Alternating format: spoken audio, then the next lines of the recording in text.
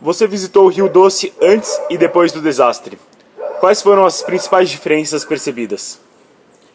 Bom, eu estava fazendo um trabalho lá no entorno do Parque Estadual do Rio Doce e tive a oportunidade de ver o rio antes e depois do desastre. E após o desastre, o rio estava com uma quantidade de sedimento muito maior, carregando então muito mais lama, né? Você via na água a densidade dela bastante alta. Cheguei, os funcionários do parque me mostraram filmagem 2 dias depois do desastre, né? Na área do parque estadual, onde teve muita mortandade da ictiofauna do rio. Muitos peixes mortos, peixes de tamanho grande e tal, boiando, mortos, com a falta de oxigenação no rio. Com que você estava trabalhando ao redor do Rio Doce? Eu estava ajudando um trabalho, um projeto, medindo a percepção humana, né, a percepção dos moradores do entorno do parque com relação à onça-pintada e com relação ao próprio parque, né, no entender deles, quais eram as vantagens e desvantagens de morar próximo de uma unidade de conservação e a percepção que eles tinham com relação a um grande predador, como o caso da onça-pintada. E a situação desses moradores ao redor do parque?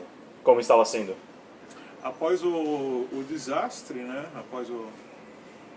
visitei algumas fazendas, onde eu estava fazendo a entrevista, desde pequenos produtores até fazendeiros maiores, e todos eles que tinham propriedades ao longo do rio, né, nas margens do rio, sofreram um grande impacto. Desde o pequeno, uma senhora que tinha apenas um lote ali, que criava algumas galinhas, onde então ela já não tinha mais água nem para ela utilizar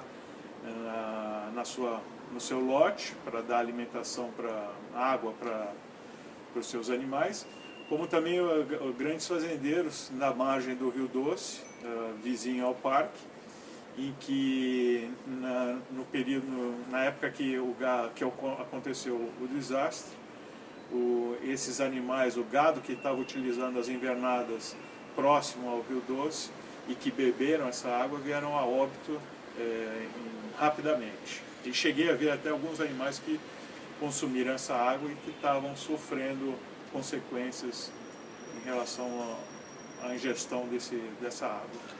E esses fazendeiros estavam sendo ajudados por algum órgão do governo ou pela própria Samarco? Até a época que eu estive lá, foi em dezembro, né, do ano passado, eles ainda não tinham recebido nenhuma ajuda, né? Pelo menos não fiquei sabendo depois o que aconteceu. Meu trabalho terminou na época, mas um mês depois do acontecido, eles estavam ainda.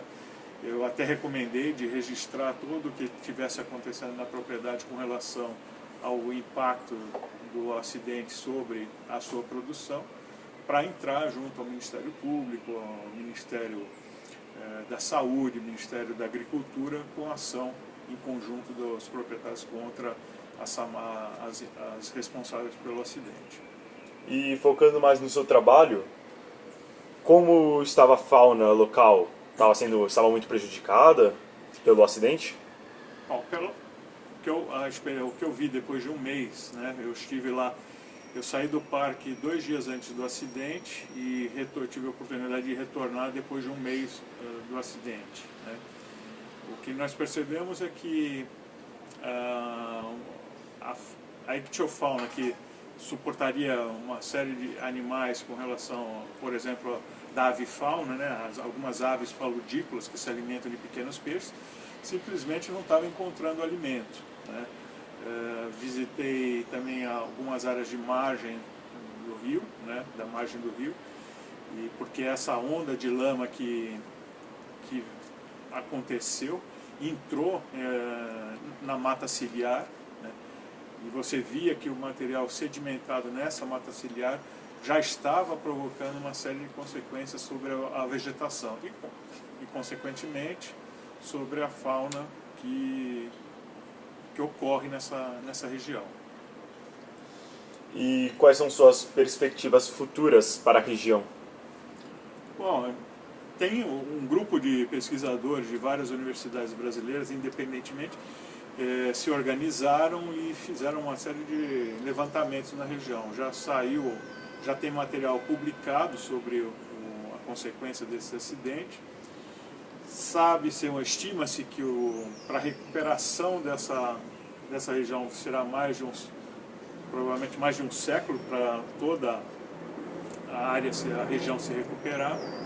Dá um impacto sobre a fauna local, sobre a população local também muito grande, né, provocando o deslocamento de populações humanas nessa região devido à falta de água boa para consumo. E as consequências disso são muito grandes. Não fica restrito apenas ao Rio Doce e suas margens, sua área de influência. Mas esse rio, ele desemboca no oceano e provavelmente a interferência dele também sobre algumas áreas do litoral brasileiro serão afetados por esse acidente. Muito obrigado. Tá?